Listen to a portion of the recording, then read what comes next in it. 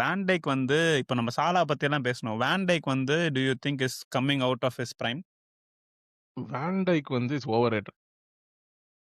My opinion. அப்படியே டக்குன்னு அப்படியே இன்னொரு highly overrated centre back.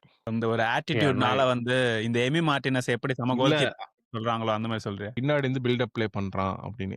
எல்லா சென்டர் பேக்கும் இப்ப பின்னாடி இருந்து பில்டப் ப்ளே பண்றாங்க.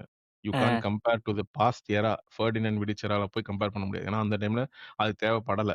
Yes. இப்போ எல்லா சென்டர் பேக்கும் பின்னாடி இருந்து பண்றாங்க. ஓகே, ஒரு ஸ்டாட் வந்து சொல்லுவாங்க எல்லாரும், one on one nobody has gone past him அப்படின்னு சொல்றாங்க. ஃபார் ஹிம் அந்த கான் பாஸ்ட் ஹிம்னா இவன் அது போய் ஒருத்தன் ஓடி வரான், நீ அவனை நோக்கி ஓடி வந்து உன்னை தாண்டல அப்படின்னு சொன்னா ஒரு அர்த்தம் இருக்கு. அவன் வரான், நீ பின்னாடி அப்படியே போயிட்டே இருக்க அவன் கூட.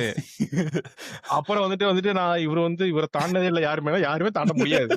நீ பின்னாடி அங்க அந்த இருந்து ஆஃப்ல இருந்து பி வரைக்கும் நீ பின்னாடியே ஓடி வந்துட்டு இருக்க அவன் கூட. அந்த அவன் அங்க இருந்து ஷாட் ஸ்டார்ட்டே ஒரு எடுத்துறான். அது ஒரு ஃபேக் ஸ்டார்ட்னு எனக்கு தோணுது. அந்த சீசன்ல நிறைய வீடியோஸ் இருக்கு அவனை வந்து தாண்டி ஓடுனது. அதை ஏன் வந்து ஒரு ஸ்டார்ட்டா வச்சு இவரை யாரும் தாண்டி ஓடலன்னு வந்து சொன்னானுங்கன்னு எனக்கு புரியவே இல்லை. ஆமா, பட் ஆனா தட் இஸ் நான் அப்சல்யூட்லி ஃபேக் ஸ்டார்ட். நான் என்ன சொல்றேன்னா, அவனை தாண்டி 1% வந்து கம்மி அப்படின்னு சொல்றானுங்களே. எப்படி தாண்ட முடியும்? அவன் தான் வரவே மாட்டேங்கிறானு. ஒன் ஆன் ஒன் வந்தா பாரேன், he back tracks till the end, டி வரைக்கும் கூட்டு போயிருவான். அங்கதான் ஒரு ஷாட் அடிப்பான், அது வெளியில போயிரும். அதெல்லாம் வந்து கணக்கே வைக்க கூடாதுல்ல.